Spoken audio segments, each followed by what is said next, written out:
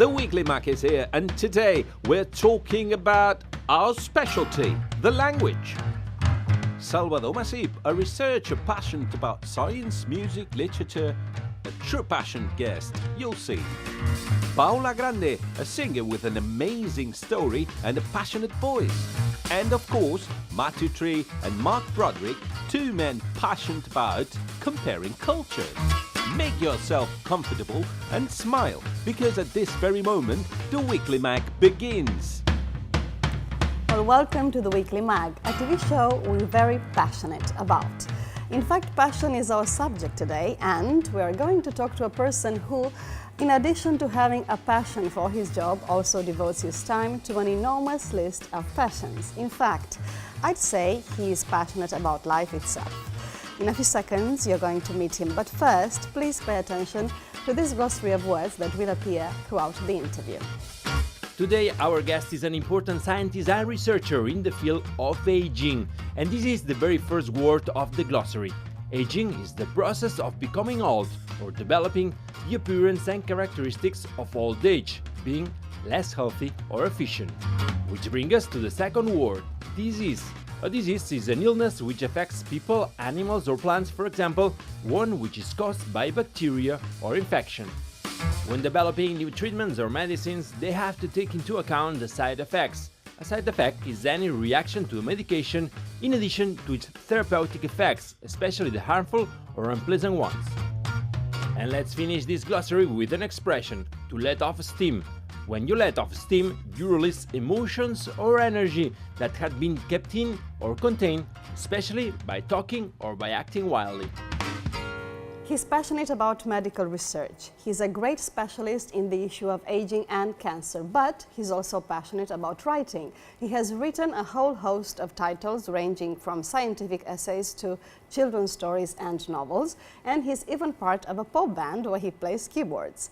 And all of this spiced up with something that we guess must be very important to him, a good sense of humor. Well, we'll find out about Salvador Macip. Welcome to the program, Salvador. Thank you for having me. Thank you so much for coming. And today we talk about passions. This is the topic of our program. And I'd like to ask you first of all, which is your greatest passion? It's difficult to say because, as you were saying, I like many things and I enjoy a lot of the things that I do. I try to do things that I enjoy, basically, that's the way. Saying that I enjoy life and my passion is life could be one way of summarizing, yes. But I guess I have a lot of interests. I mean, I think curiosity may be one of my passions, and that's what drives me towards science. And science it is, definitely science and medicine is one of my passions. But at the same time, I enjoy things like writing, like reading, like playing music. I think we as humans tend to focus on one thing, and usually we are forced sometimes to choose one thing in life. And what I really enjoy is being able to do many different things, and that's my passion, to try different things, I guess, and to try to be good at different things and enjoying different things. Well, you're a lucky person that you are good at your job, you have a passion for your job, but you can also do other things very well, and that is not very common. Yeah, I have to say that I'm very lucky, because from the people I know, a lot of people that are watching this they go to work not really enjoying their jobs. And I know that I realized that I was very lucky from the beginning, that I had a very clear interest in my life. I was always very interested in trying to find out how life works, how the human body works, and what can we do to fix it when it goes wrong. And I eventually chose the path of biomedical research instead of perhaps being a regular or a clinical doctor, like my father, for instance. And, so your father was a doctor as well? And my grandfather as well, so I come from a line of doctors. But I deviated a bit from the path. I still feel that I'm doing medicine. It's a different kind of medicine, it's lab medicine. But we are the ones that basically try to understand the disease and come up with new things, new cures, new treatments that the other doctors can give to the patients. And I'm fortunate because I go to work every day excited about what's going to happen today. I mean, science is like that. It changes completely. You're never doing the same thing. I mean, scientists have to be able to change directions. And sometimes you're working one way and you realize that the actual interesting part is over there, so you just move around. So being in a job that actually is not only that allows this, but that rewards this sort of curiosity and ability to change, for me, it's like the best job in the world. It's a very tough job as well. So I mean, I would recommend everybody to every young person now to look into science and become a scientist, because we're in a great time right now. We have amazing tools to do science. As you can see, I'm passionate about science, and it comes across. Well, which is great, because today this is the topic of the program. I can't help. We can't help being enthusiastic about it, because I do believe that we're at a point right now that we can do. That imagination is the limit. So we have tools that nobody had before, that we can look into the cells, we can look into the DNA, we can look into amazing things and come up with great experiments to understand how things work, and then apply that to try to improve our life. For instance, curing cancer, one of the things that I'm interested, or trying to stop or delay aging, which is something that affects everybody. Mm-hmm. So going to work thinking that this day you're going to perhaps contribute your little grain of sand to the actual cure towards cancer. Obviously, you're never going to see science right now is not like perhaps with this romantic idea of science we have of a scientist just doing everything on his own and just being like a sort of a lone wolf trying to find this eureka moment, right? It's not like that anymore. It's more like a teamwork, and that's lots of fun actually, because you interact with lots of scientists from all over the world. Yes. You share ideas. You learn to network, to work in groups. And just hearing the ideas of everybody else in your team and say, oh, then we can go that way or that way. I think it's amazing, and that sort of thing I really enjoy. Well, you studied, you've got a PhD in molecular genetics from Universitat de Barcelona, and then you went to New York. You worked in one of the most prestigious hospitals in the world, Mount Sinai, and currently you are at University of Leicester in the UK. Why Leicester? I suppose everybody asks you the same question. It's okay. From New York to Leicester is it's an interesting career path. The thing about science is that it takes you to places that you were not suspect, perhaps. When I chose to go to New York after my PhD, it was also not because of New York. New York obviously is one of the best cities in the world, and I enjoyed my time there very much. But I went there because the science that they were doing in the lab that I was looking for, it was the top, at the moment it was really top science, very interesting. So I thought, okay, that's what I need now in this stage of my career. And when I was looking for, at the moment, to run a lab, be an independent researcher, I was looking places in Europe, I was looking places in the US as well. And Leicester had built a sort of a hub of scientists that were working in the sort of things that I was interested in, cancer and cell death and these sort of things that I was working around. And I thought, actually, I didn't even know Leicester before that, and I knew the people, but I didn't know the city much. And I went there. I saw the city. I said, okay, it's quite a change from New York, but the science is good. The team here is good. The university is offering me a lot of things that other universities are not offering me right now, or in other places. So why not? Let's try it. It's been 11 years now. 11. I'm very happy there. Yeah. Mm-hmm. In Leicester, Salvador, what is your job there? What do you do? So I have a team of around 10, 12 people, and we divide the lab in 2 big areas, so which are connected, but they keep a bit separate as well. So one side of the lab works on cancer. We're trying to do cancer research right now. We're at a point. It's been swinging from one side to another. So we went at the beginning. The treatments for cancer were like you use drugs that kill everything. They kill cancer cells, but they also affect normal cells. So that's why you have these huge side effects with chemotherapy. So we went from something very harsh and generic to something very specific. So these were the drugs that at the beginning of the century were just coming up with these targeted drugs that work just going for a specific place in the cell, just blocking a specific protein. And we thought this is going to be great because it's only going to affect the cancer cells.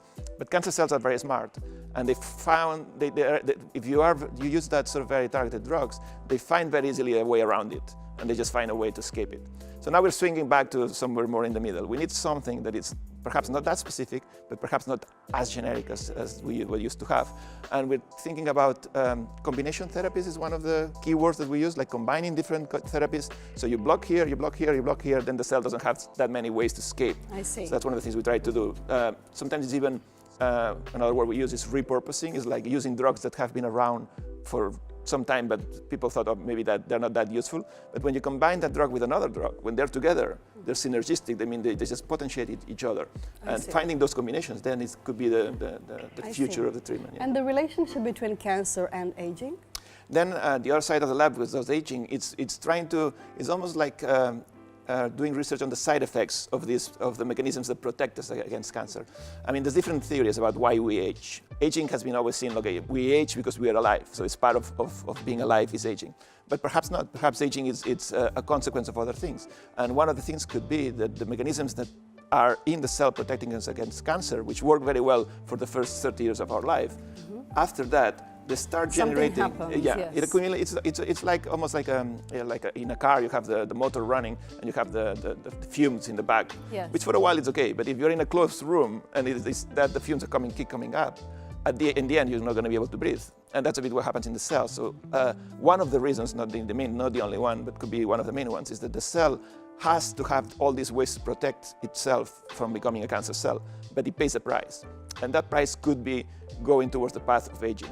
And the cells age as they are protected against cancer. So this is fine for 30, 40 years, we're okay. But after that, there's too much damage in the cells, there's too much things going on, and basically just things start declining, and that's aging. Okay. But nowadays people live longer and longer, no?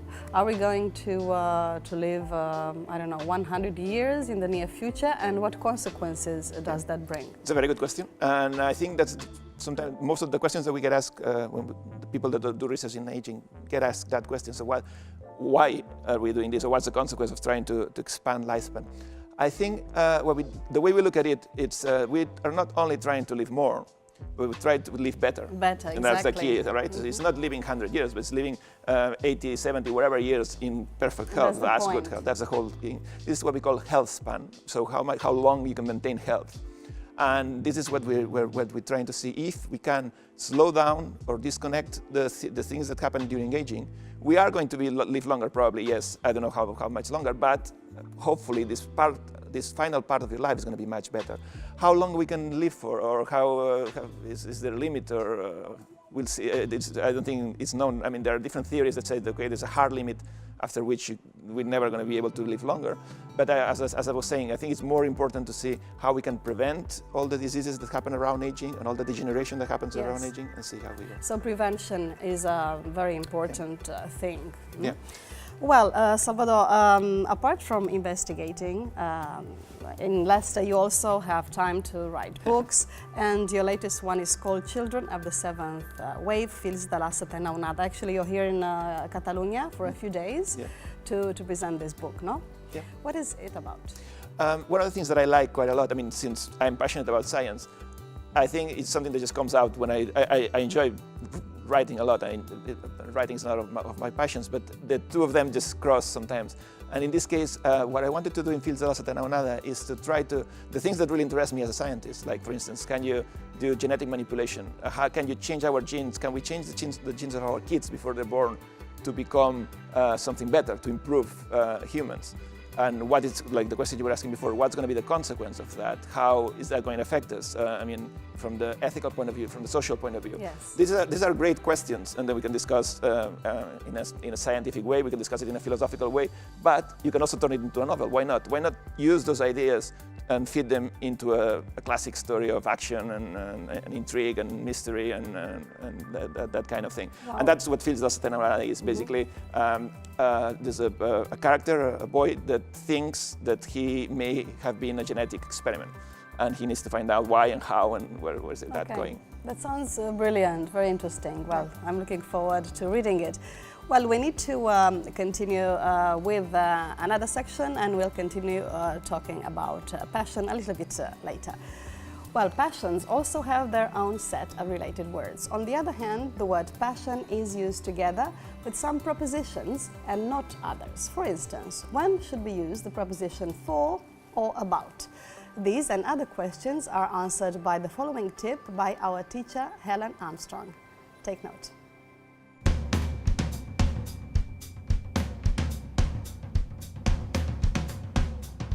Hi everyone, today we're going to talk about passion.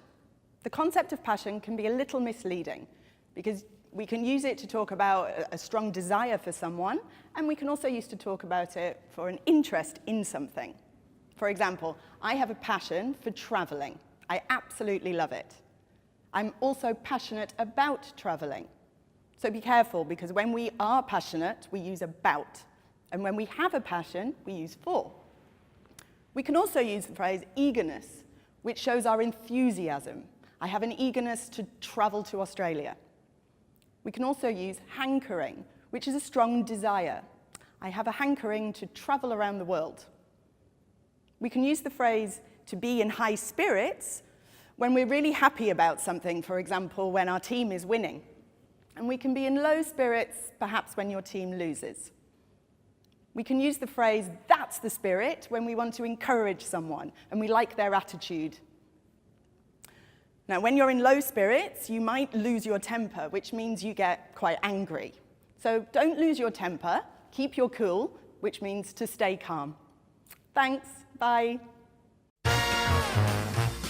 Surely a scientist like Salvador Macip can answer many questions, but will he answer our mystery question?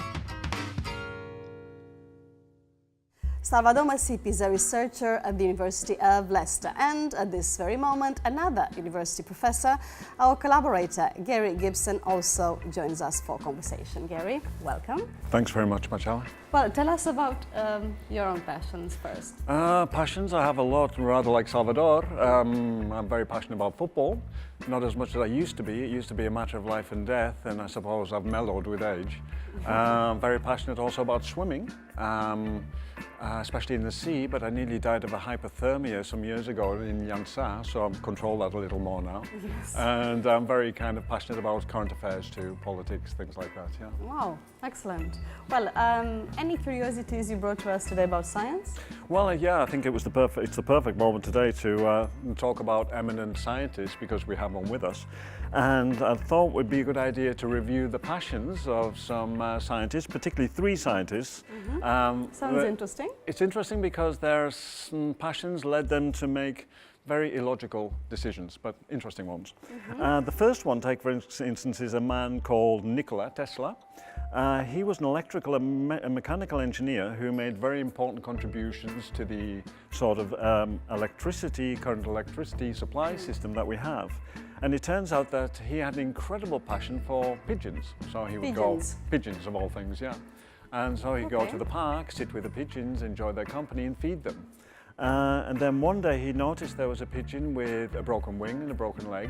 So he was very worried about this. And he decided to spend no less than $2,000 to kind of create a device to support this poor little bird until its bones were completely healed. Another interesting case is a woman probably nobody knows called Marie Curie. Do you know Marie Curie? She was a physicist, chemist. She was also the first woman to win the Nobel Prize. Particularly interesting because she won the Nobel Prize in 2 different areas of science. I didn't know that. Yeah, and she also had a very competitive spirit. She loved cycling. And she spent her honeymoon cycling with her husband, and she only managed to kind of give up cycling when she actually became pregnant while she was cycling all around France with her husband, and she had her first daughter Irene. But she was a very, very competitive cyclist as well as a brilliant scientist. Okay, so that's mens sana in corpore sano. Exactly. Yeah, quite. And the last one is a Danish astronomer. He was really exciting, called Tycho Brahe. He was the name? Tycho Brahe. Okay. My Danish is a little bit dodgy, so maybe the pronunciation isn't correct. But he's had a very eccentric life and death. He was a very passionate man. He lost his nose in a duel, so he spent much of his life with a kind of metal nose. Wow. But he really loved to party. That was his main passion, and he had an island just off Denmark where he would organize incredibly wild parties, and they would have lots of escapades with friends and things. And his love of parties obviously led to his death. Obviously we say that, all things in moderation, and this man was not a man who did things moderately.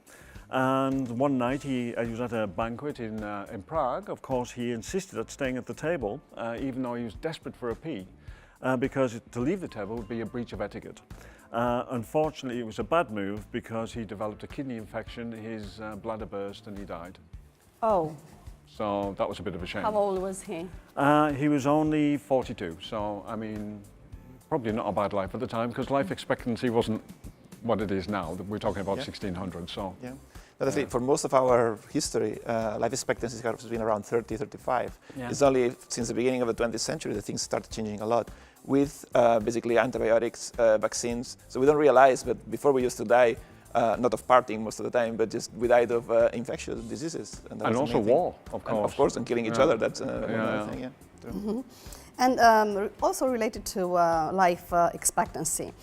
All these illnesses like Alzheimer's and Parkinson, are they more and more common because of the fact that people live longer? Yeah, they are basically because of that. I mean, like you were saying, so the human body has not been thought to last more than 30, 40 years. So that's what what nature has had planned for us. Basically, we reproduce around these 3, 4 decades of life, and then evolution doesn't really care what happens to us. So we were not supposed to see things like aging, things like neurodegenerative diseases, even cancer. That's something that you normally don't see in animals in the wild. I mean, because they don't live enough to develop cancer. Although all the animals, if they live long enough, they would.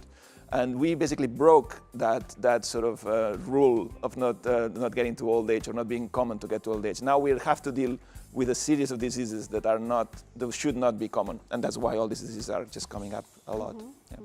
Alzheimer's and Parkinson, do you think, are we close to discovering remedies for these illnesses? Unfortunately very not. terrible Yeah, I think since perhaps it's something that we've been seeing more of lately because of that increase in lifespan. We haven't been doing that much research yet on those. Now things have changed in the past decades, obviously, but cancer has been around for longer. So we know about cancer. We invested more money on cancer, so we know more how it's going on.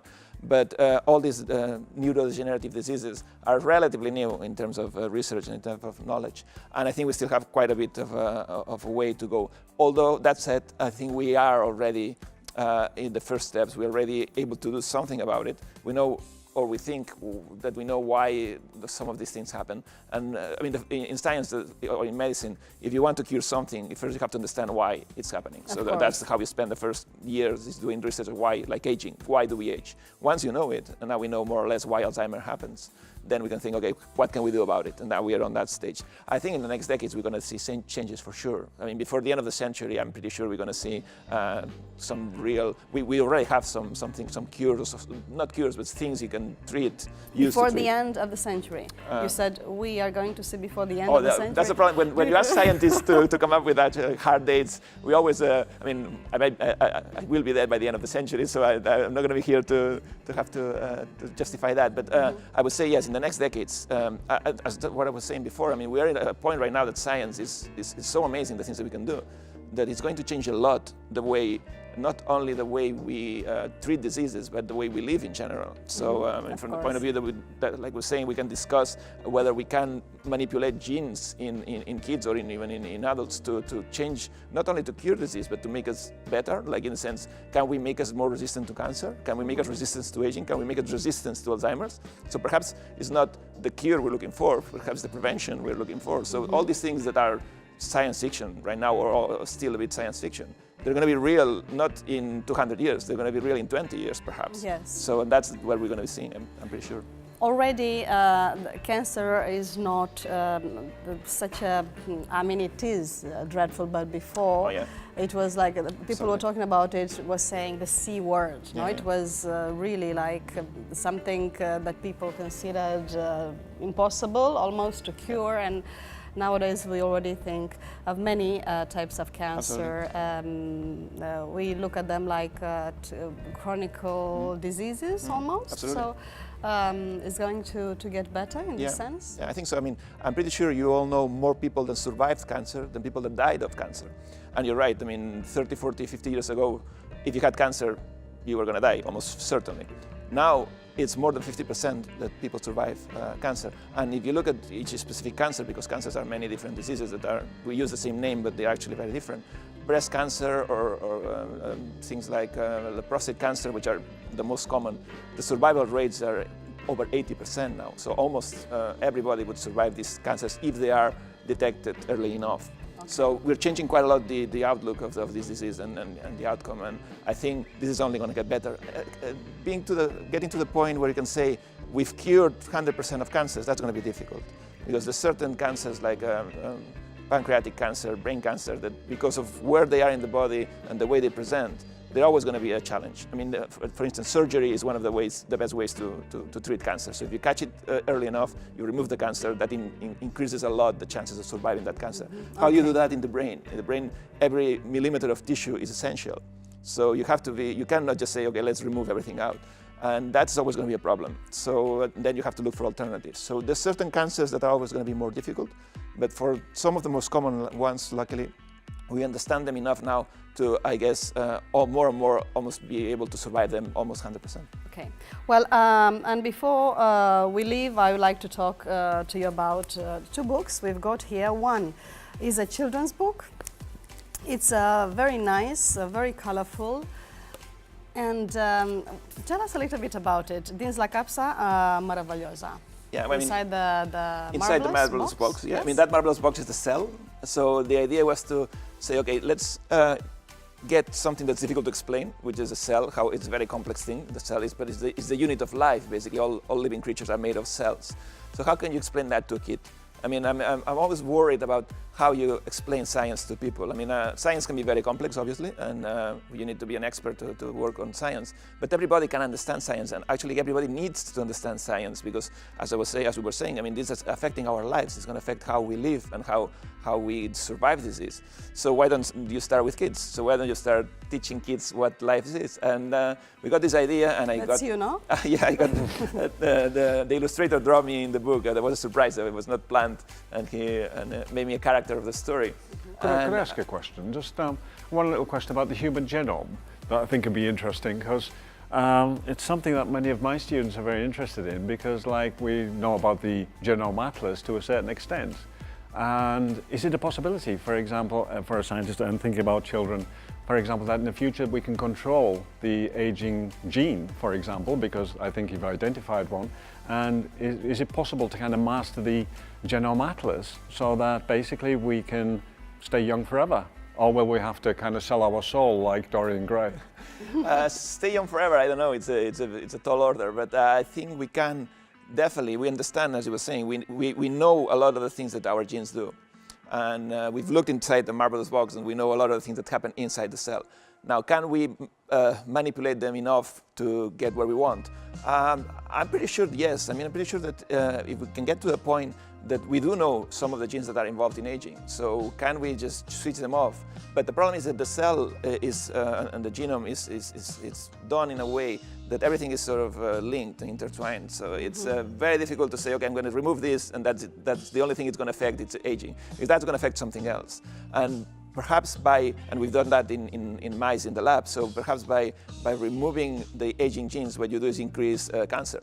And then that defeats the purpose. So can we isolate the thing that we want, could be aging, could be cancer, whatever, and remove it without sort of the whole building crumbling? And because it's a very fine-tuned kind of system, the cell. Wow. Well, and we don't have too much time left, but before we go, let's talk about this other book of yours, 100 Questions About Cancer, 100 Preguntas sobre el Cáncer, which is co-written with Daniel Closa. Yeah. So Salvador, very quickly, what's the most frequently asked question about cancer? There are a lot of cancers. I think the most asked question is are we going to ever cure cancer? And I think in a way I already a bit answered that. And I think being able to ask questions and answer them in format in a book or whatever, I think it's part of the job that we scientists have, that we need to get out and talk about those things. And people fear cancer, like you were saying, but if you get to know it, you still understand that it's a complex disease and it's a bad disease. But if you understand where it is, then you can do many more things about it. You can not hide from cancer. You have to be able to recognize the signs of cancer. You need to understand that if you go to the doctor and you catch it earlier, then you have a chance to survive it. So books like this, I think it's an effort. Just try to find ways to make people understand that science, that knowing about science is fun, it's cool, and it's something that we should do that we need to do to be aware of. And I think it's great what you do, talking about these very complicated things, no? Medical terms, scientific terms, in a very comprehensible way, so that everyone can understand. We can be scientific. Scientific language is complex, but you can without watering it down, you can just make it understandable. I think that's one of our jobs. Okay, and I'd like to ask you, have you ever been to Pakistan? No? No? Well, I'm asking that because our e-speaker section takes us to this country.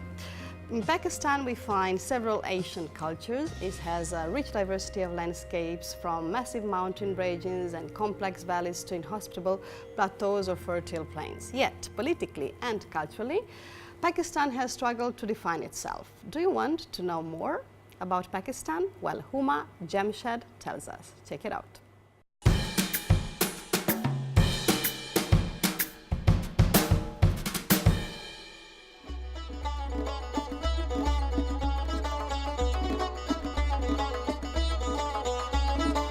I'm Huma Jamshed.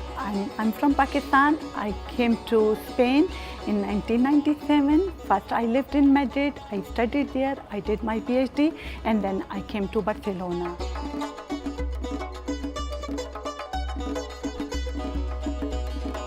We have rivers, we have ocean, we have mountains, the most highest mountains of the world, K2. And we have lots of historical places, and we have also ruins, the most ancient ruins of the world, Mohenjo-daro. We have also Harappa, Makli, and lots of historical mosques.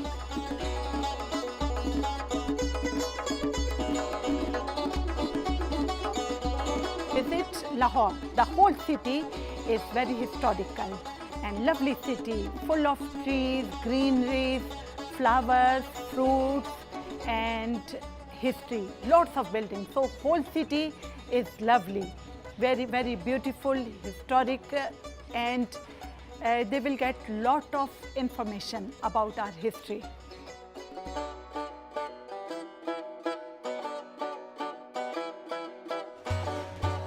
I have many historical persons in my life, but I will prefer to say Benazir Bhutto, because she was first woman who was in government. She was first Prime Minister of Pakistan and she gave birth in office. So she was the first mother in office, and also she was a daughter of late Zulfikar Ali Bhutto, who was a great leader.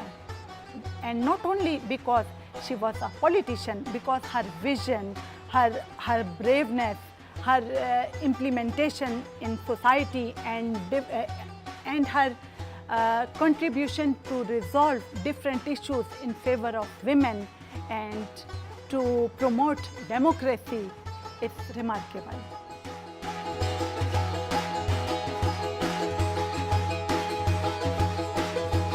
I love biryani, chicken biryani or mutton biryani, and also I will recommend people to try pomfret fish. If they go to Karachi, we have the best pomfret, and we have wonderful fruits like mangoes, chiku, and custard apple, sharifa, and kinu, the mandarins, the best mandarins of the world.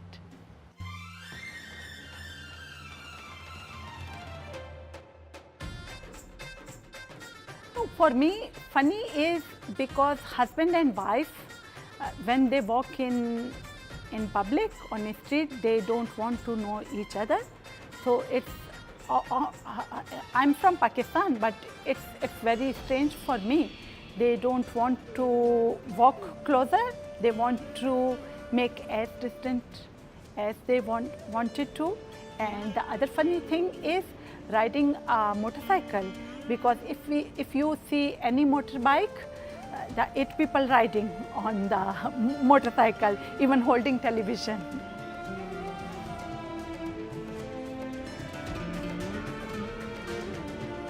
Kite festival, Basant, is very beautiful, very colorful, and especially all girls, they wear colorful dresses, they make lot of food of different variety, and they enjoy, and all rooftops, they are busy with lots of activity with kite, but unfortunately government put ban on this activity. But even it's banned, but the people still they enjoy and they want to make it, or they make it. So our guest today on the Weekly Mac is Salvador Macip, a scientist, writer, and also a musician. It turns out that he's rehearsing again with his old band from Blanes, with which he began to play. So Salvador, tell us, how important is music in your range of passions? I think it's a way to let off steam. I mean, I've always been very shy. I've always had fear of talking to big audiences, and I think I got over that by just getting a guitar and just going on stage and just having to play a solo in front of an audience. It helped me a lot. And to me, I've always been very musical. I don't know why. I come from a not very musical family. And I always enjoyed listening to music. And eventually I said, okay, I can do that as well. So let's get a guitar. And I learned basically a self-taught kind of musician. And I had a bunch of friends. And in our 20s, we played together and we just got a band. And I think it's a great thing. It's a great thing to enjoy teamwork. I mean, in a band, everybody has to play with each other and listen to what the other one is doing. And being able to then do that in front of an audience and show them what you are able to do. I think it's a great feeling. Excellent. Well, I think Gary also has a question for you. I think it's very interesting that your grandfather and your father were doctors. You're obviously an eminent medical expert. So obviously it runs in the family. And something that you've shown interest in your articles is the amount of the influence that your environment and also your genes have on the person you become. It's a great question, and I don't know the answer. I don't think anybody knows the answer, and that's why it's a great question. Yeah. I think that there is definitely a mix between music and, between the genes and the environment. And music is an example. For instance, my son is very musical as well. Well, I don't think he got it from the genes because I didn't get it from my parents. So he may have picked it up from the environment, or perhaps there is a predisposition that turns you into, for instance, I have a very hyperactive imagination, and that is what turned me into a writer, perhaps even a scientist. But I also been, this imagination has been nurtured by growing up in a family where everybody was reading books, and we had a huge collection of books that I had access to. So I think it's both things, because if I had been born in another family, perhaps I would not have been enough stimulated to become a writer, or perhaps if I had born in a very musical family, perhaps I would be a musician now. So it really, I think there is definitely a combination. What percentage it comes from one side or the other, that's the part that's difficult to know. And does your son share your passion for science as well? Yes. Does he want to become a doctor? He wants to become, like yourself? Lately he was an astrophysicist, which is, I don't know where he takes that from. But he does like science, I guess, in a way, because he's also very curious. And that could come from seeing me being curious, or perhaps it's in the genes as well. He loves music. He hates writing, so at least he's not going to get that. So I don't know exactly what combination of things he's picking up from me and from the family and from my wife, and how is he going to be. But definitely I think there is a part that for me, growing up in a family, was the medicine was part of the conversation, the topic of conversation. Yes. Made me appreciate that that's the sort of thing that I would probably enjoy doing, and that's how I ended it. And since we are in the personal or intimate field, we've got somebody here today. His name is Marc Broderick, and he's in charge of asking you some intimate questions. So are you ready? Right, let's do it. How you doing? How are you? Hope you're not too shy to answer these questions. Grab one in there. I'll give it a try. Yeah. All One right. for Gary as well? Of course. Thanks very much, Mark. Make you suffer another week, Gary. So basically these questions are made up by us and you read it out loud. So what is it? Can you tell us a movie you cried while watching it? I come from a generation where men are not supposed to admit that they cry, and I know it's an old-fashioned thing, so we always try to hide it. But I remember watching Titanic and crying the hell out. The last hour, I was in tears, and I was trying to, just in this old-fashioned way, trying to be the man and not cry. And in the end, it's like, just forget it. And I just go on and cry a lot. Yeah. Were you alone, Excellent or were answer. you surrounded by people? By people crying, actually. Everybody was crying, so you feel more like it's not so bad if you do. Well, I cried too. Yes, Watching Titanic. I think not everybody crying did. is quite impossible. What about Gary? What's yours? Something you didn't like about your father or mother that you've just realized you also do. I remember when we used to eat, my parents were really quiet. Nobody spoke at the table and nobody made any noise. and it used to make me feel really uncomfortable. So we'd all sit there You would quietly. sit in silence, no? Oh, total silence. And if anybody made a noise, like maybe a little tap with the fork on the plate, somebody go, you know, it's kind of. Did you kick under the table as well? No, When you everybody wanted was to still. communicate with your sister or your brother, you kicked them under the table? Yeah, there was just very Irish. no communication. But I've realised now my wife says the same thing, that I look sort of irritated if people make noise and things when they're eating. So yeah, sometimes it's a genetic thing, I guess. It's something that Well, it runs in the family. Okay, excellent. Gary, thank you so much. See you next time. Thank Mark, you, don't Michelle. leave. I'll see you in a minute with Matthew. Okay. And thank you so much, Salvador. It's been a pleasure. Good luck with your books, with your investigation, and also with your music. Thank you very much. And it's time for a short break. Don't go away. We still have plenty of interesting things to talk about. So see you in a minute.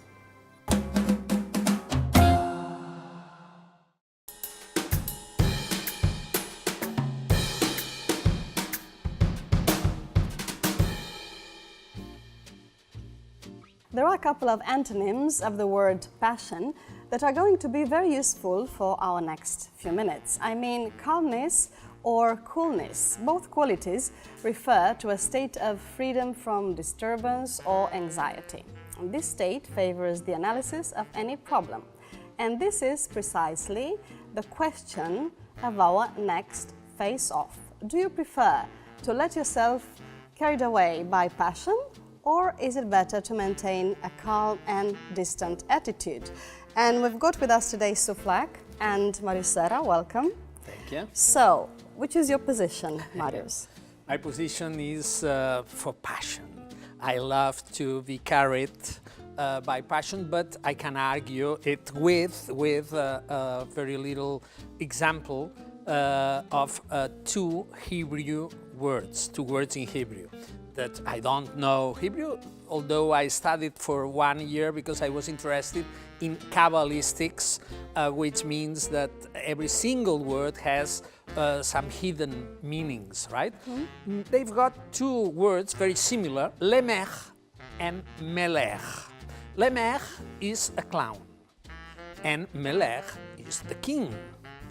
But because of Hebrew writes down only with consonants, not vowels are just oral, every single consonant, its name has a meaning as well. So the capital letter for Lemer, for the clown, is Lamet El, and it means heart. And the capital letter for Melech, which is M, Mem in Hebrew, means head.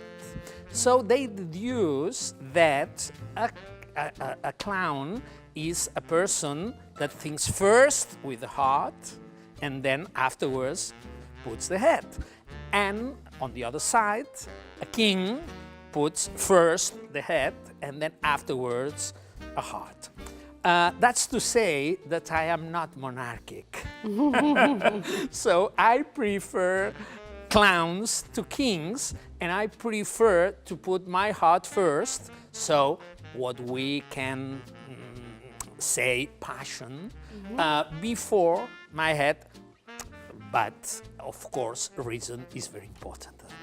Very interesting explanation, Marius. What about you, Sue? Well, before Head you or get heart? carried away, before you get carried away with passion, the metaphor of the king and the clown is interesting. If you look at King Lear, now King Lear did not use his head when he was splitting up his kingdom, and he used his passion, and look what happened.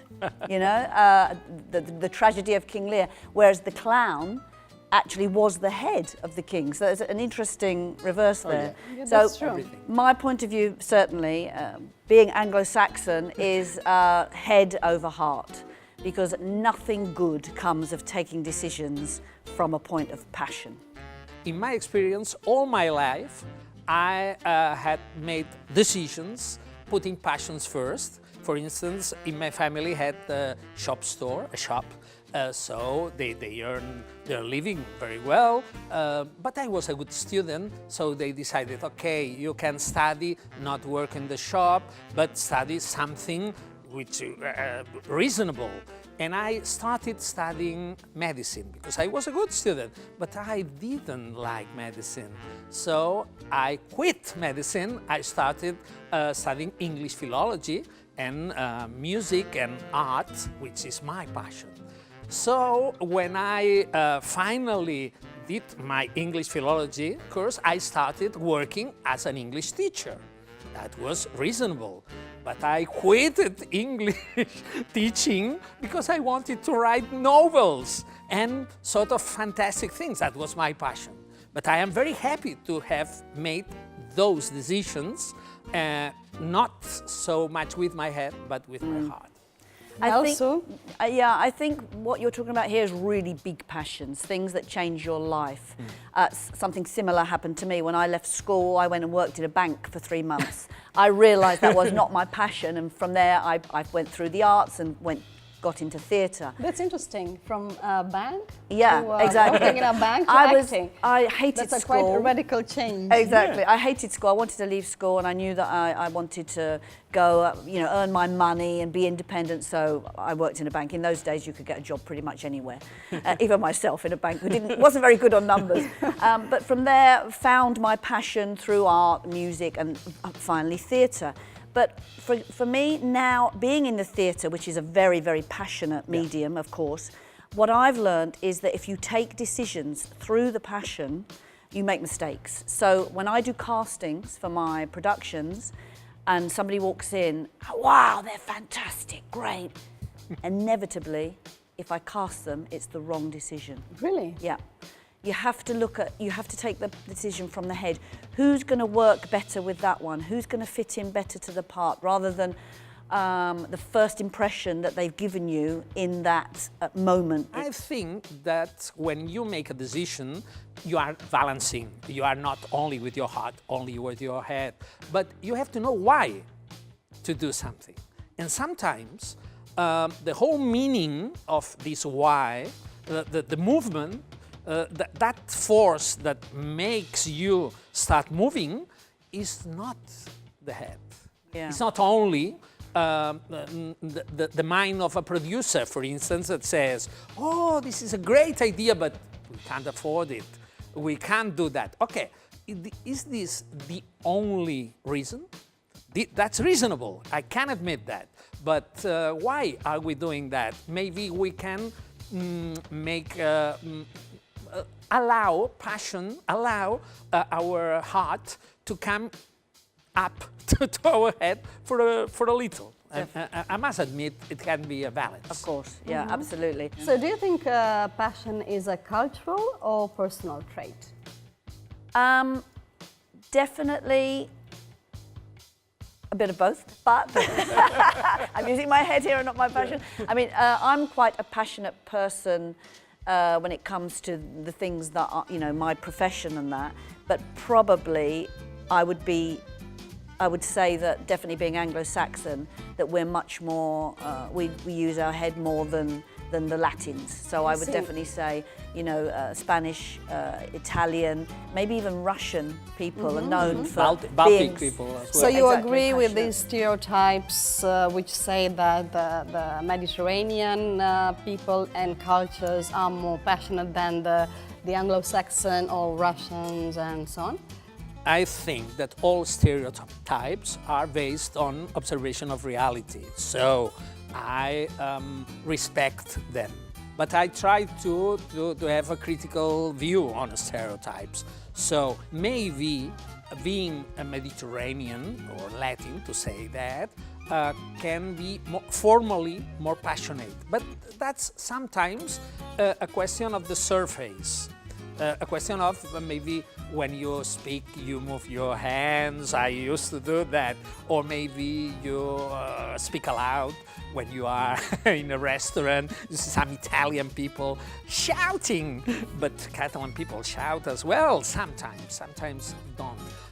But it doesn't mean that you are more passionate. Maybe it's a cultural thing because you are used to be grown up in this environment.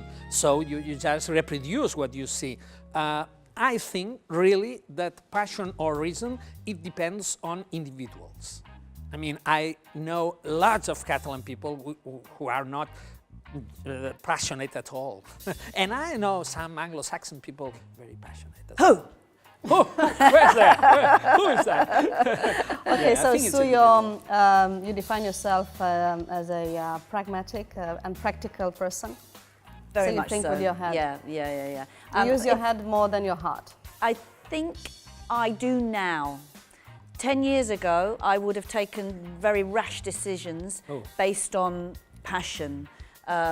Decisions sometimes that are very serious, like maybe sacking somebody or the way that you talk to somebody. I think as you get older and you see how people work, you're able to keep your passion more hidden and use the head to calm everybody else around you, calm them down.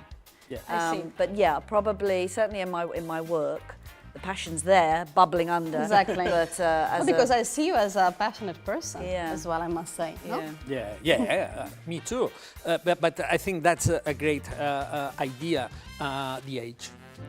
Because the experience. Experience. As well. When you, if you are not passionate when you are 20 years old, You're my never God, going to be passionate. you are not alive, maybe. Yes, exactly. But you can have formally some aspect of being passionate, but maybe if you grow older, you get calmer as well.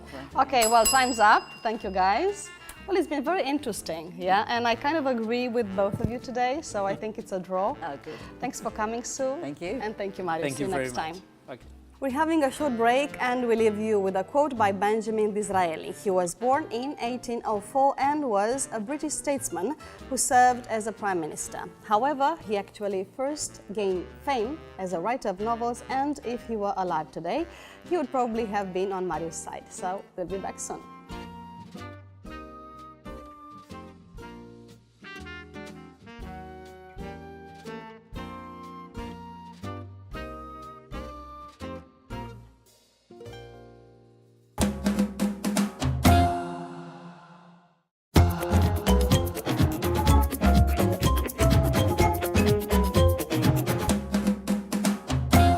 And we are back with our special show dedicated to passion. Catalonia has a great tradition in performing arts, and the Auditori de Sant Cugat del Vallès is one of the most popular and dynamic cultural venues in the country, with a program full of theatre, music, workshops and many other activities. And it's also the protagonist of our Home from Home section.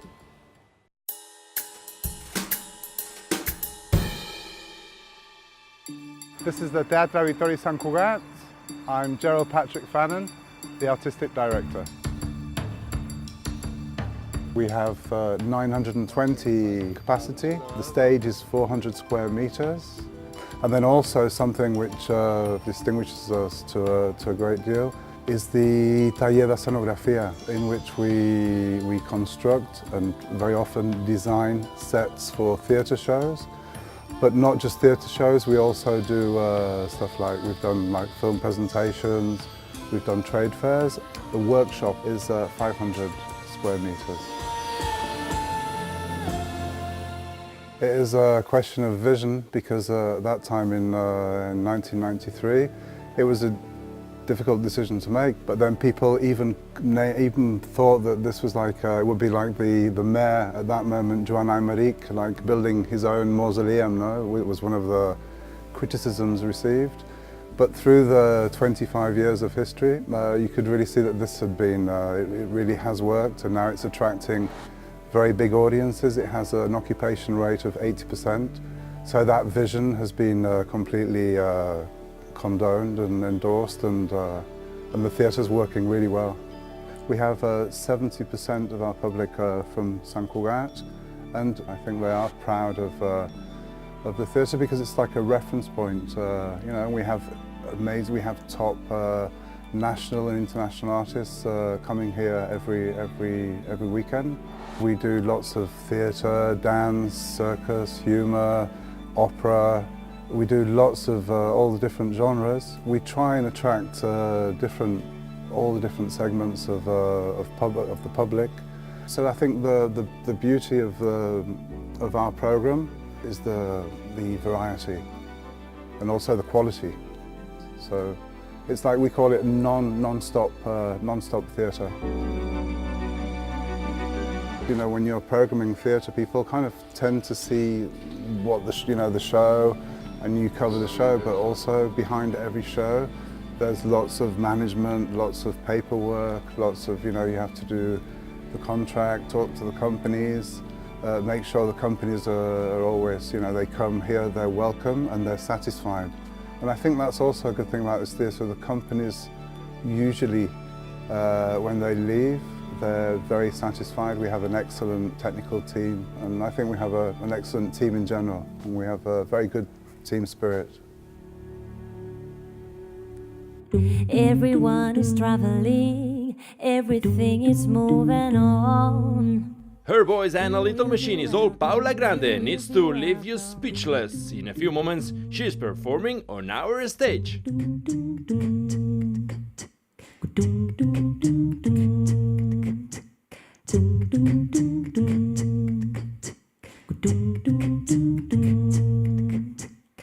This is the Weekly Mag, a talk show entirely in English, made from Catalonia with the aim that you practice the language. And since the language is also practiced in music, musicians are regular guests in our show. And our next guest is a woman, singer, songwriter, very passionate about music, of course, who she says was born twice. Her name is Paula Grande. Well, Paula, thank you so much for coming. It's a great pleasure.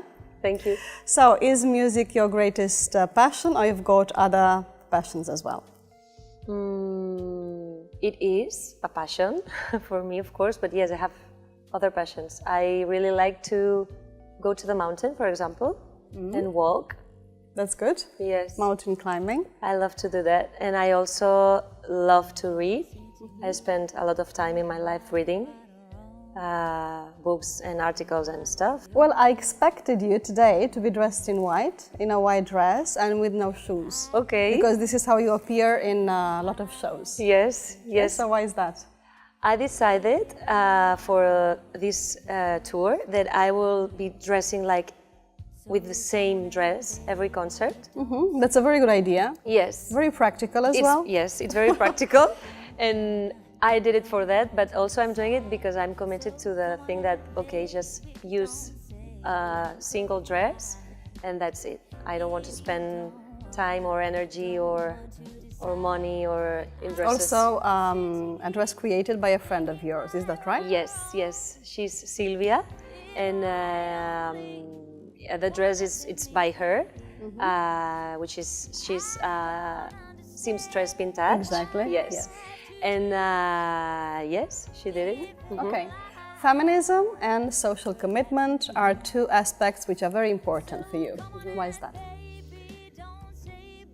First of all, because I'm a woman. and every time these two things are more and more in my music. So I think that I cannot do music without this commitment. Social commitment and feminism.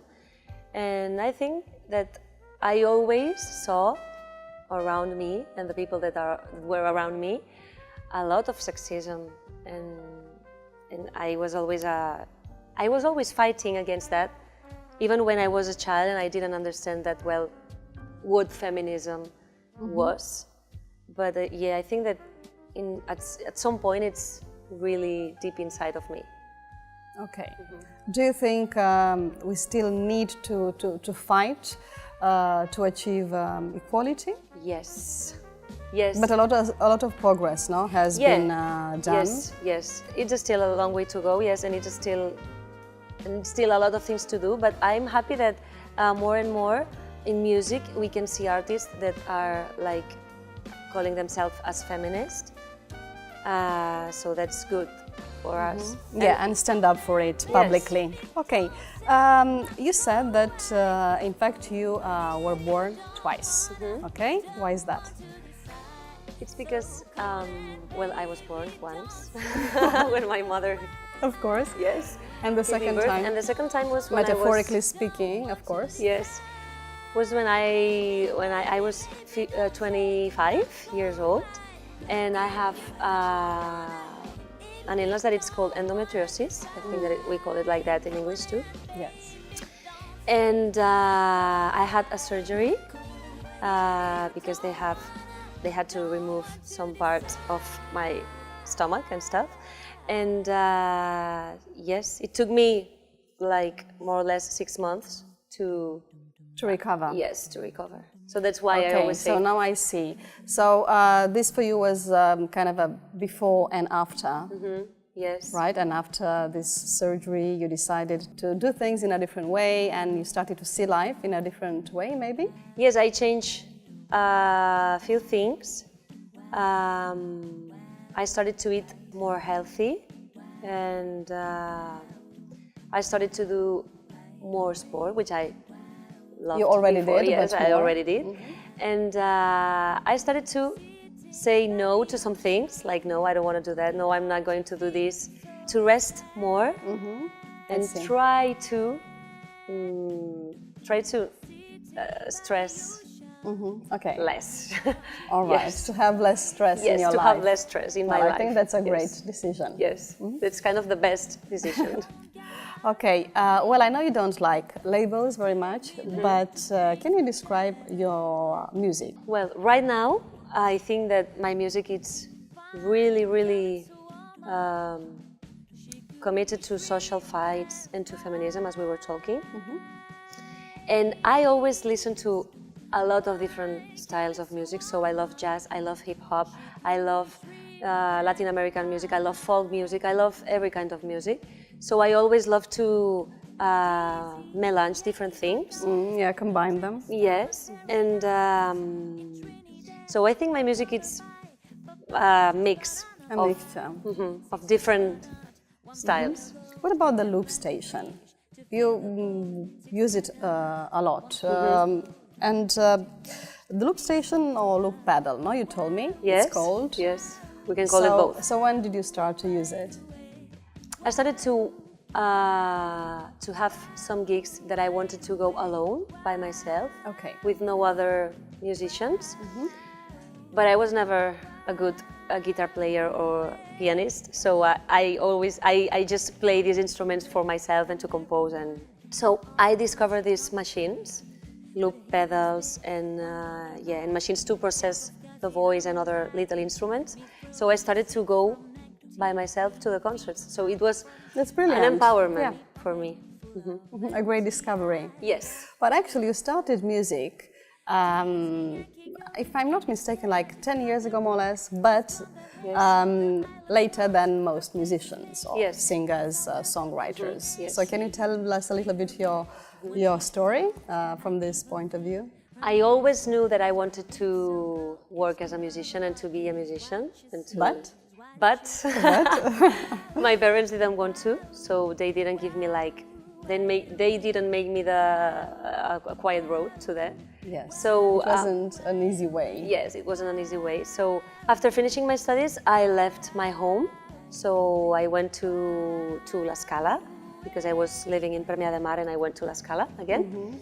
All right. And now you live in Banyoles. Now I live in Banyoles. Yes, I'm so always water moving. is very important for you. Yes, I understand. Yes. No, I see it that way. Yes, totally important. So I left home. I started a lot of different jobs, and music wasn't always an option because it's difficult. I mean, you have to be in a good position to make music if you want to make it your work.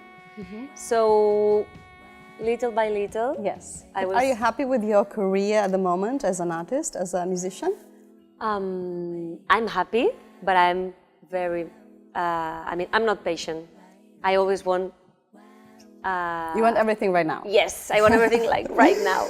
It's time for everything, no? So little by little. Yes, I have to always think and to tell me this again and again, like, okay, it will come, it will come. Okay, and today you're going to perform for us. What's the name of the song? The name of the song is Moving On. And why have you chosen it? I chosen it because it's a song that talks about people moving around places, which is my story. Okay. Yeah. Excellent, Paula. Well, thanks so much for coming. Looking forward to hearing the song. Thank you for having me. And as Paula is getting ready to perform live for all of you, I suggest you follow one of our tips carefully. Do you know what the expression ants in pants means? Well, it has to do a lot with passion for something. And our teacher, Becca Bardaca from International House Barcelona, gives us more details about it, so stay tuned.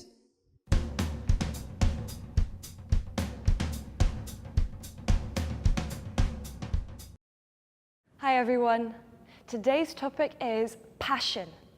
Now, passion helps you do many things in life. When you're passionate about an activity, you can easily put your heart and soul into it. That literally means investing a lot of energy and love into this activity. Now, if you do an activity this way, you'll probably get knee deep into it. That means you're fully immersed, fully engaged with this activity. For example, my best mate is knee deep into building his own computer from scratch.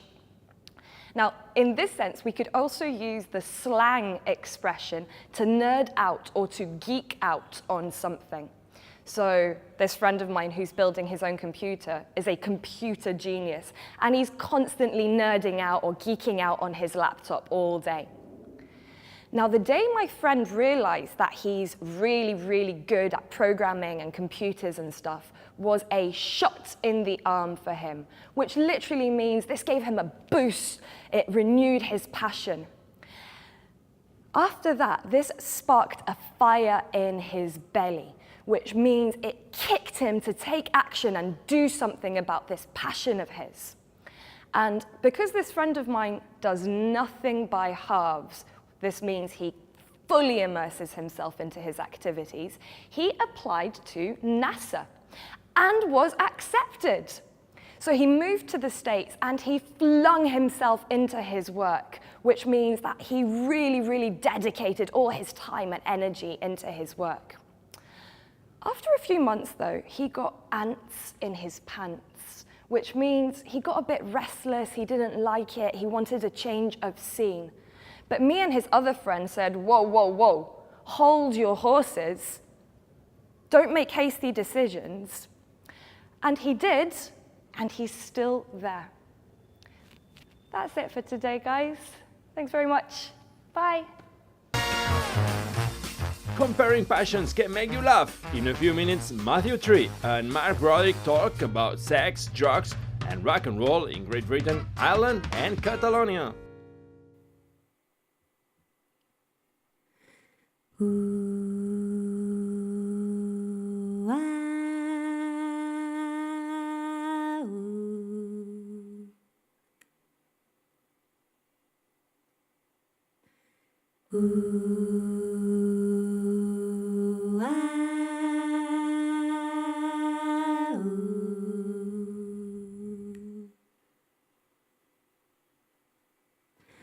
Dum dum dum dum, dum dum dum dum, dum dum dum dum, dum dum dum dum, dum dum dum dum, dum dum dum dum. Todo gira, gira y da mil vueltas, y en la veleta de la vida el momento llega. No esperes sentada que pique en la puerta, siembra la semilla y deja que crezca. No tengas más miedo si alguien te dice adiós, después del seguro vendrá alguien mejor. La flecha que apunta al viento se dirige al mar, a un buen puerto. Si es verdad que se dice que los momentos que pasan, si no los coges al vuelo, no los aprovechas. El tren solo pasa una vez, es verdad. No te demores más. Cuando veas que la puerta está cerrada, que después de esa no te queda nada, confía en ti misma, pon la nota que te falta. Everyone is traveling, everything is moving on, and you will be welcome, you will be welcome when you'll come. Everyone is traveling, everything is moving on. You will be welcome, you will be welcome. Dum, dum, dum, dum. Dum, dum, dum, dum. Dum, dum, dum, dum. Dum, dum, dum, dum. Dum, dum, dum, dum. Dum, dum,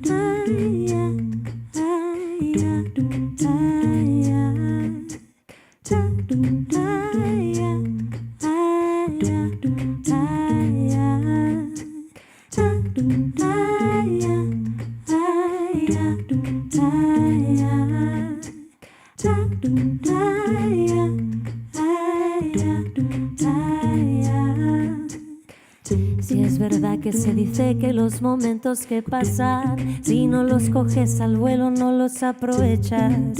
El tren solo pasa una vez, es verdad, no te demores más. Cuando veas que la puerta está cerrada y que después de esa a ti no te queda nada, confía en ti misma, pon la nota que te falta. Everyone is traveling, everything is moving on, and you will be welcome, you will be welcome when you're gone. Everyone is traveling, and everything is moving on, and you will be welcome, you will be welcome when you're gone. The sense of this life, the thrill of living, don't know tomorrow if we'll be alive. Cause we are traveling, cause we are only traveling.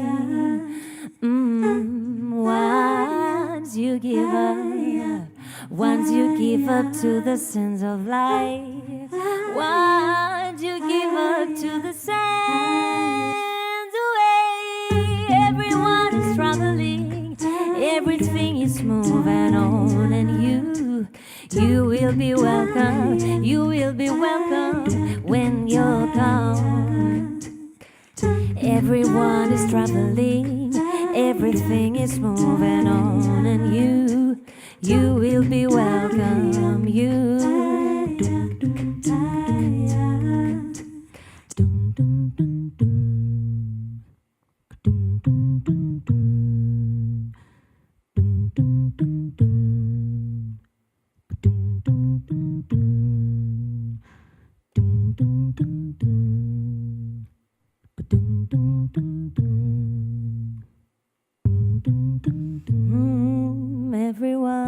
Everyone is traveling, everything is moving on. So if you want, you can traveling and moving on.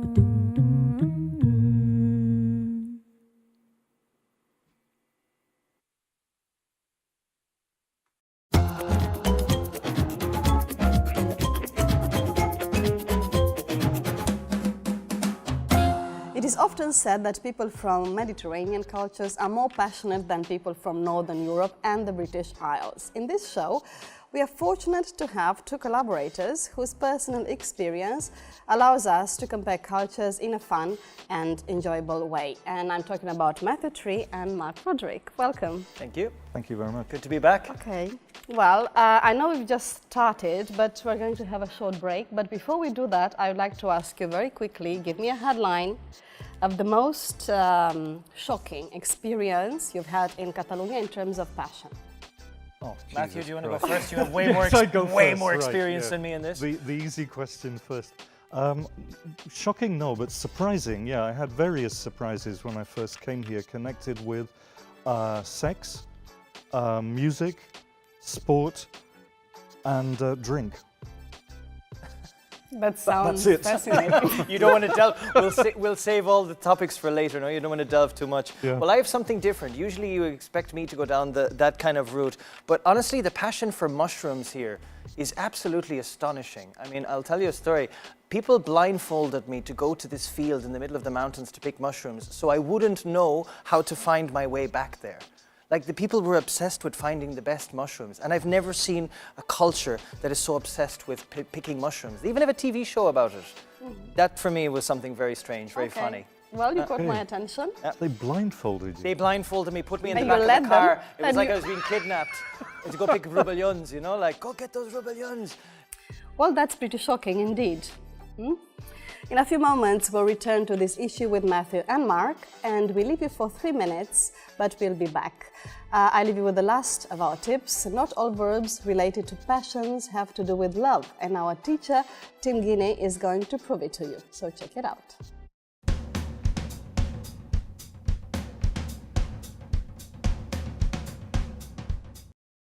Today we're talking about passion. So I have a question for you. Where does passion start? Well, most passions can start in an instant. You feel them straight away. But some of them are more gradual and build over time. Now, to describe that, we use the phrasal verb to grow on somebody. So for me, I was a bit interested in tennis at the start, but the more that I watched it and the more that I understood the game, it really grew on me. And then I found myself, I had gotten carried away. So when you get carried away, you get swept up. It takes up all your interests and desires and passion. I decided to take the next step and throw myself into learning tennis. So I went from watching to playing, and I strained away at it. I worked very, very hard to improve my technique and my style. Now, we talked about passion for our hobbies, but we also have passion in our personal life. And sometimes these passions can make us do crazy things, or at least bad things. One bad thing you can do is to go behind somebody's back. Now, if you go behind somebody's back, you lie to them or you're dishonest, and normally it has a meaning of cheating on a romantic partner or being unfaithful. Now, if you find out that someone's been going behind your back, well, you probably feel a lot of passion, a lot of negative emotions. Now, sometimes you feel so many emotions, they get caught right here, and you feel choked up, that you can't even express yourself, you're feeling so much. Other times when you feel these negative emotions, you want to lash out. And to lash out means to hit or to strike somebody, and it's usually when you're in pain. And it doesn't even mean that you want to hit them. Maybe you lash out with your words and say something mean or unkind. But if you find yourself in that position, I have some advice for you. You should pull yourself together. And if you pull yourself together, you contain your passions and your emotions, and you start to feel calm again. So until next time, I'll see you.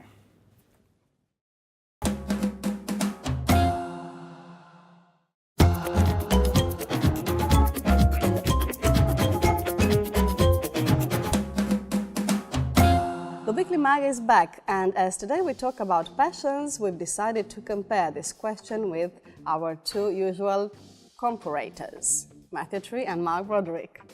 Comparators, yes, this is what I said. And before our last break, Matthew left us with an intriguing headline, which said sex, alcohol, and rock and roll. And I'm afraid my question is, when it comes to flirting, what happens in Britain and how it is different from Catalonia? Yeah, no, it's okay. We can talk about this because for me, all this is in the distant past. You know, Because British people have no game whatsoever. No, exactly. Basically, yeah, Mark just said it, put it in a nutshell. But one thing that really surprised me here was that, you know, I was sort of single and going out to clubs and everything. And I noticed that here, there's a whole kind of subtle thing that goes on between two people, you know, like eye contact, a certain amount of body language and all that. A whole ritual. And a whole ritual, if you like, and a very nice one as well, you know. Kind of like the one we have together sometimes. Exactly, Mark, Just yeah, the identical. looking, the fetching eyes across You know. the stage, you know. In fact, eye contact here in general is quite important. You know, you have to look at someone when you talk to them. And in England, it was like, it's either one of two things. It's either very awkward, like really awkward, you know, like two people sort of sitting there wondering, should I do something or not, you know, and they look very uncomfortable. That's one thing. Or the other thing is to go completely the other direction and be really direct, you know, like, would you like to go to bed with me? Oh. Directly. Just you like know. that. That's right. That's right. On one occasion, actually, but she was German, admittedly. But I was in my room and she lay down on my bed and said, "Oh, I really would like someone to sleep with," and I had no interest really in this at all. And so she said, "Well, let's go out together. There's a punk concert on in I don't know where," and we got out and we went to this punk concert.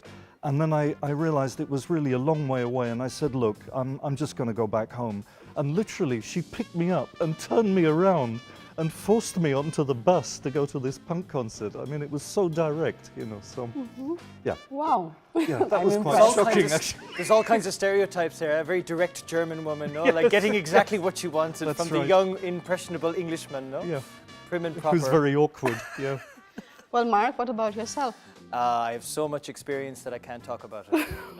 We need a few No, but programs. it We is need true. a few It is true what he says, and he's missing a big point there. Is like you have the two interactions. The one is like the awkward, like let's talk about something, and the other one is the going straight. But in between that, there's about 15 drinks of alcohol to get from one point to the other. Like there's the typical idea you have of two Italians sitting together having their coffee, or the French, they're very romantic and that. But I think it's true, like the Irish and the English, we're very awkward when it comes to flirting, when it comes to even having conversations with the opposite sex, because a lot of the schools growing up, we would have had single-sex schools. So I think that creates a lot of problems when it comes to, flirting or to, bringing or sleeping with somebody, Whereas here they don't have those problems, as you said, Good eye contact, people are more comfortable with the other sex and also more comfortable having sex, I would imagine, as well, than we are. We feel guilty afterward. We're like, "Oh God, that was so dirty. I don't know what to do." Yeah. But I thought you would tell us about your experiences in Canada, in Australia, and you've been in 30 countries. Yeah, I have. And well, if you want me to explain a little bit about the flirting experiences, I would say that Australia, without a shadow of a doubt, is the easiest. I have never been in a country where people just throw themselves at you.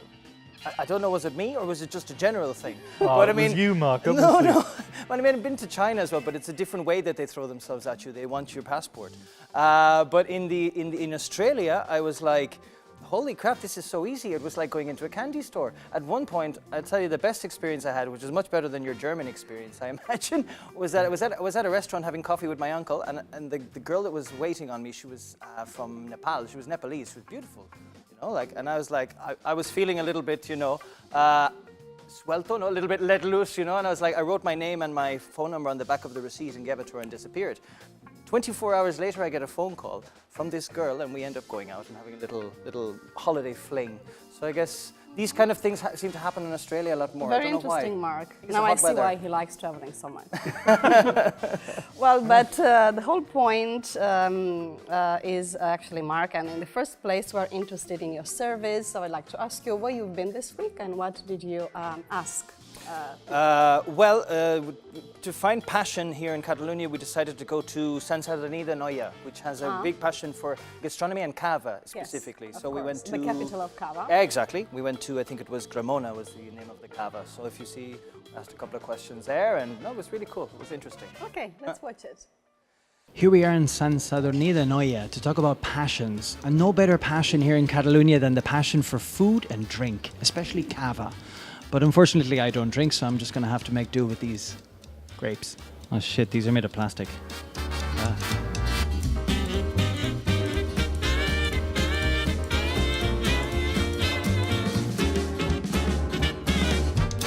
Do you think that Catalans are passionate people? Very much. You have to go to Camp Nou and just see. Camp Nou is generally empty most of the time. Come on, that's not real passion. Come on.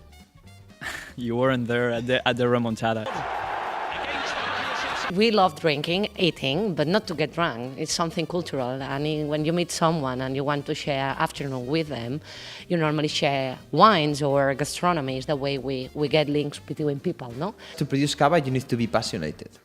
Because if not, it's not possible. Because you do magic. And they talk about passion and cava in this country, but if this was in Ireland, there'd be a queue along the street trying to get in here. Look, there's nobody here. Which country do you think is the most passionate country in the world? Wow, I don't know what to say. The Chinese? No, I don't think so. Of course, Latins are said to be the most passionate, but yeah, Italians maybe. And here in Spain, I'd say Andalusia, sorry. Andalusia, Andaluzas, Andaluces, they're very passionate about lots of things. Close to here we have France, and they are as, if not more, passionate about French things. Yes, there are so many ways to say cheese, so many ways to enjoy cheese. Why aren't the Finnish considered very passionate people? Well, compared to you Spanish people, we're not passionate about anything. Ah, no, just kidding. When was the last time you got really passionate about something, your blood was hot? I really can't answer that. It's been a long time. It's been a long time you haven't got passionate. Yeah. Are you married? Yeah, I think my wife is watching. She's right there. All right, Tanya, we're just talking to your husband about passion, right? Can you remember the last time you felt passionate, like your blood was hot? It's a few years ago, I think. I don't remember. All right. That's finished. There we go. That's finished. They don't get too hot-blooded too often. Sorry? We are always calm. So we're going to change things up a little bit today. We're going to get some people from here to ask you guys about your passions. My question is, Marcella, when was the last time your passion took over and you lost control? Okay, so when is the last time I got lost control, passion took over, something? your blood was hot. Go on. Okay, Give us the I dirty see where details. you're going, but I think you'll be a bit disappointed. You never Because the disappoint me, last Marcella, don't time worry. The last time was last week when I ate a chocolate cake, the whole of it for myself. So I indulged myself a little bit. So that's it, yeah. Fair enough. No, that's a good one. Fair enough. Okay, what about yourself?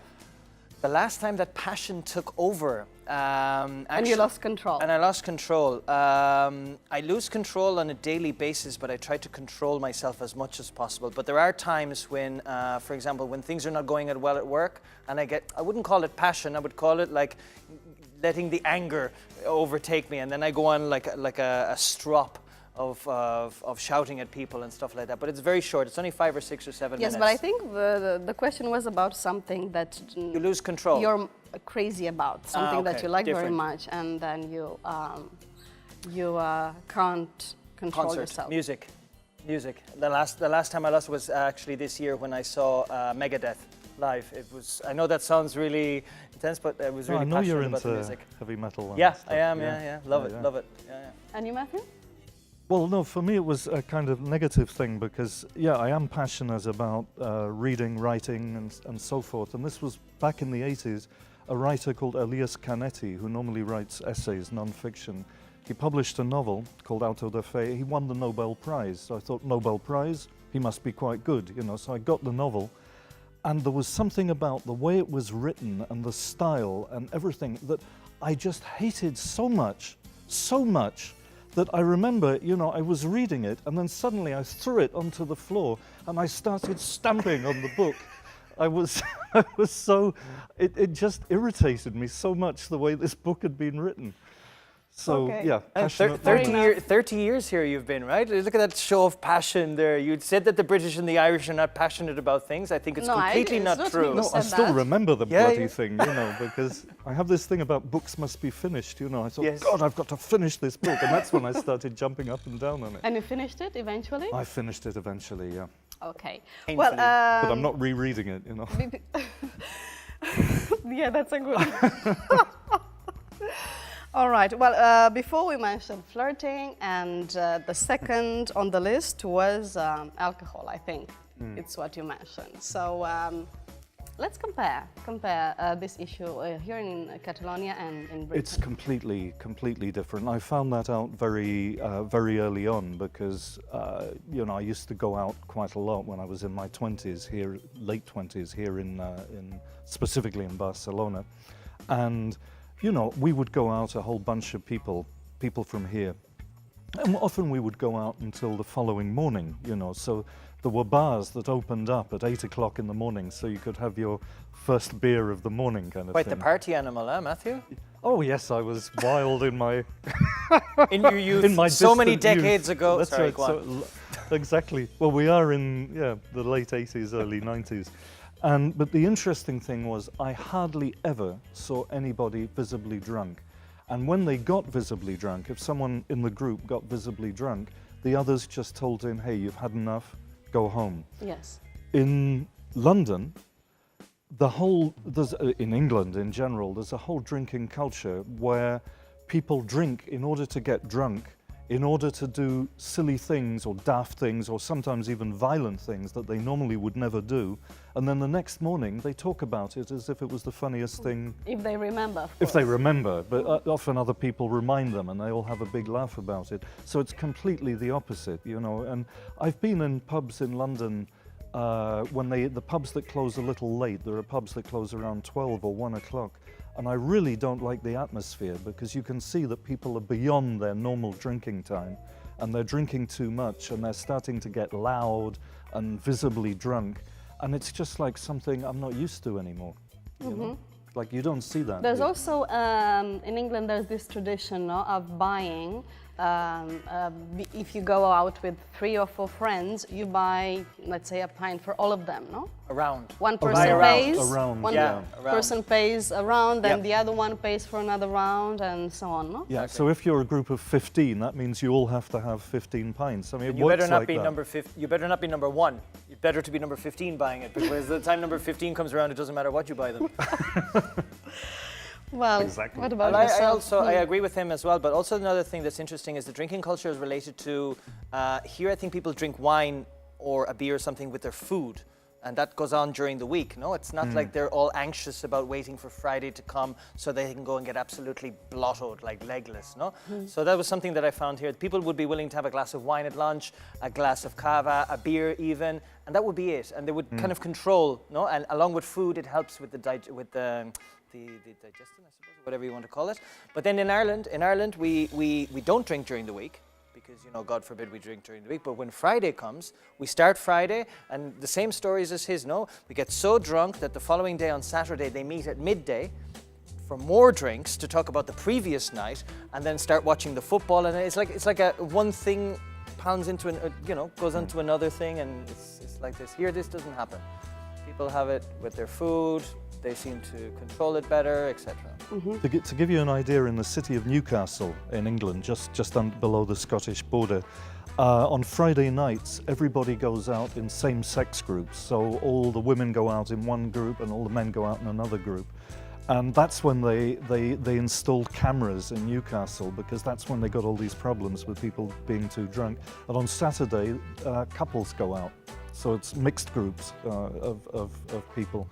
And in some cities in England, the police, in the early hours of the morning, they're equipped with what do you call them? Flip-flops, sort of sandals, because so many women fall off their high heels because they're so drunk. Literally, so the police are prepared and they give them sandals so that they can get home without any problems. That's terrible. So it's like real binge drinking, you know. It's when it's exactly what Marc described. It's when you wait. You wait the for weekend, the whole week. and at the weekend you obliterate. During the yourself, week they eat well, they'll go to the gym, they'll have their coffees, they'll do their yoga, their Pilates, but when the weekend comes, that's it. It's culturally ingrained in us. Yeah, well, it's not a very good habit. No, not at all. Well, what about the second video, Marc? The second video, well, we focused a little bit more on the passions of the people there. So let's have a look. Shot where? Is it in shot? San Sadurní d'Anoia. San Sadurní d'Anoia. Okay, the same. Okay, so let's watch it. If you were to have enough money where you didn't need money to work, what job would you do? Giving value on the gastronomy experience. So if I would have money, I would go to all the restaurants in the world just to give as a critic. No? To spend money just traveling and visiting places and then to give the feedback of the experience I have had. I'd make cava. Less. I would make less cava, maybe just for me and my friends. I think I'll be a football coach. My job. Yes. Are you saying that because your bosses are here? No. I'd invent my own job. I'd try to spend all my money doing everything it needs to be changed in this world. So I will continue being sommelier because of course I will try to travel more, But you know, to have the possibility to make people happy because of the wine is something great.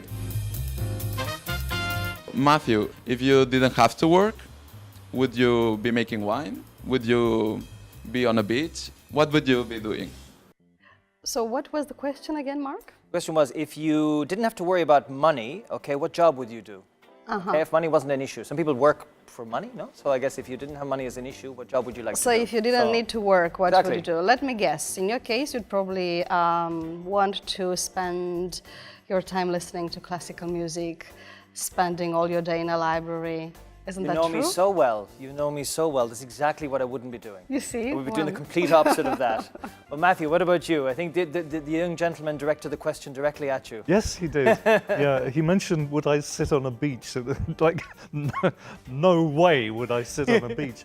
No, in fact, I would do, this sounds terrible actually, but I would do exactly what I'm doing now. I've had loads of different jobs all through my life, and it took me a long time to get to the stage where I could actually do something, live off something that I really enjoy doing, which is mainly writing connected, one way or the other. It can be translations, it can be giving talks, it can be actually writing books. Or doing the weekly mag, for example. Spending time with me and Marcella has to be top of your list. Come on. Well, it's close. You'll be amazed. Because I did all kinds of jobs when I was in England. You know, from working on building sites, sweeping yards, putting labels on vinyl records and stuff like that. I had all kinds of different jobs. Most of them lasted about a week. You know, and then you move on to something else. And here I started off teaching English and moved on to translation work, and then finally was able to actually make a living, more or less, of writing or writing-related work. So I would just, I'm okay. You know, I wouldn't change anything. You know. That's good, excellent. Well, what about the other passion we mentioned before? Rock and roll, was it? The third thing music, that you mentioned, music. Yeah, actually that's... In Ireland, music is a big topic, It's a huge thing in Ireland. I think it's one of the things, like, we can joke about the sex, we can joke about the alcohol and all that, but I think really in Ireland, we have a massive passion for music. We have lots of festivals. The people love their big groups, the rock groups. They love their singers, their boy bands. The original boy bands were from Ireland. You guys invented them, no? Pretty much. There was a band called Boyzone, I think it was, in the early 90s, who became one of the biggest in the world. And also The Voice is an Irish invention as well. So a lot of these singing competitions that we now see in America and England, and indeed here, come from Ireland. And I think the passion can be shown when you ask any group or any musician which fans are the best fans to play in front of. Nearly always they will say the Irish. They will say, like, for example, I've seen U2 20 times. I've seen them on 4 different continents. They're the biggest Irish group there is, and I can guarantee you there is no concert like U2 in Dublin, in Croke Park, at home. I've seen them in Australia, England, here, etc., but in home in Dublin, it's just another experience. So that we're really passionate. You can see it is amazing, because what's the population of Ireland? This is a funny one. We have 4 million people living in the country, in the island, but there are 90 million people around the world who are eligible for an Irish passport. We're very passionate. We head to the other countries, we get passionate with the indigenous, and we multiply. So there's 90 million of us. If they all came home, the whole island would sink. Yeah, well, I know 3 English people who've become Irish in the last year or so because of Brexit and all this, because they had one Irish grandparent. Because in Ireland, if you have one Irish grandparent, you're entitled to an Irish passport. If you're born in Irish airspace on an aeroplane, you're entitled to an Irish passport. Really? I shit you not. Yes, absolutely. Okay, this is when Mark starts to go a little bit over the top. It's anyway, completely true. Okay, we were talking about music, no? Yes. And well, rock and roll, or what's your favorite kind of music, and which is the last concert you attended? The last concert I went to was last summer, and I went to see an English singer called Birdie, who's, in fact, I mean, she's an amazing singer. She's very young, she's 20, 21, 22, around about that. She has this fabulous, fabulous voice. And as an anecdote, she's the great niece of Dirk Bogarde, the actor. And her real name is Van den Bogarde. And she just has this fabulous voice. So that was one of the 2 of the concerts I remember most in Barcelona. This is within the last couple of years. Florence and the Machine, who are she was absolutely fantastic, and Bob Dylan. When he played an open-air concert in Barcelona Cranky a couple Bob. of years ago. One cranky man. And yeah, but because sometimes he does these really bad concerts where he turns his back on the audience and stuff. But this was the first concert in a world tour. He started in Barcelona, and it was fantastic. You know, he even danced. You know, God. which normally, he's not known for doing. And that was a concert that I'll never forget. Mm-hmm. But anyway, music is a huge issue in England. Do you think it's the same here in Catalonia, or is it different? For people who are interested in music, I was amazed at the knowledge people here have of not only Catalan and Spanish music, I'm talking about popular music, but also about Anglo-American music, and often African music, and Italian and French music. Yeah, that's true. The knowledge was just immense, so I found that it was a bit like, most people here could happily go to an English pub quiz in London and answer all the musical questions without any problems. We also have a lot of the biggest festivals in Europe take place in this peninsula, so to speak. No, you have Primavera Sound, you have the one Arenal down in Benicassim, BBK in País Vasco. So all the massive rock groups, or as you said, like the African groups, the Italians, they all come here. Whereas those particular groups don't travel to Ireland and England. We're very much only get the big English singing rock or pop groups. No. Yeah. And what about interesting experiences related to flying? To be honest, I've traveled a lot, and flying in general still kind of frightens me. It still makes me nervous. I have that, that little knot in my stomach before I get on the plane. Maybe Matthew has more. Yes? Yeah, well, I did paragliding. Really? Which was something, I suffer from extreme vertigo. I can't ride a bicycle because my sense of balance is so bad, and I sometimes, if I'm too high up, on a hill even, I just freeze because I get so frightened. So when I was doing this program for Catalan Public Television a few years ago, obviously they decided that a good experience would be for me to go paragliding. Not only that, but as I was paragliding, I had one of those cameras, coming out of your helmet. It looks so ridiculous, and I had to, I wrote the script for the program, so I had to read the script into the camera as I was paragliding. Really? No, and it was like We need to check that out. Yeah, I would love to see that video. I would love to see that video. It is on YouTube, but please don't go there. Oh, next week I'm going to rip you to shreds if I see that video. What happened was, I remember it so clearly because they drove us up to this really high mountain in the Vall de Ribes here in Catalonia. And I just felt literally like a lamb going to the slaughter, and they put me in all the gear. You have someone with you because otherwise it's quite dangerous. And I remember just kicking off and I just started screaming, I was so terrified. And then I remembered, oh no, you have to speak to the camera and stuff. So I spoke to the camera about 5 times to get different takes. We landed, everything was fine. I thought, thank Christ that's over. And then they said, we had a technical problem, we couldn't hear the audio. So I had to... You need to do it again. I had to do it in the afternoon, so I didn't eat anything for lunch. Well, I just love this conclusion. It's great. Yes, Have you ever considered... Marcella, it was an unforgettable day. Yeah, I believe you, indeed.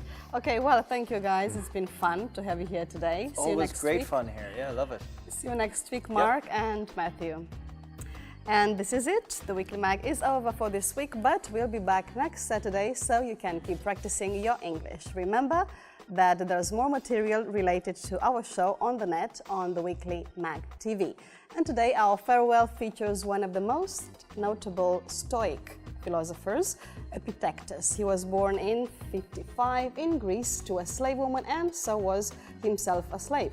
You'd better remember his words as well as the slogan of our show. Keep your English up and running.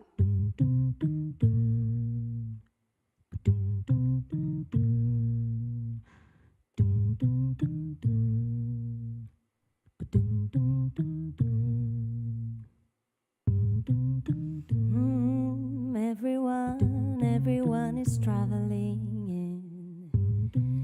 Everything is moving on. So if you want, you can traveling and moving on.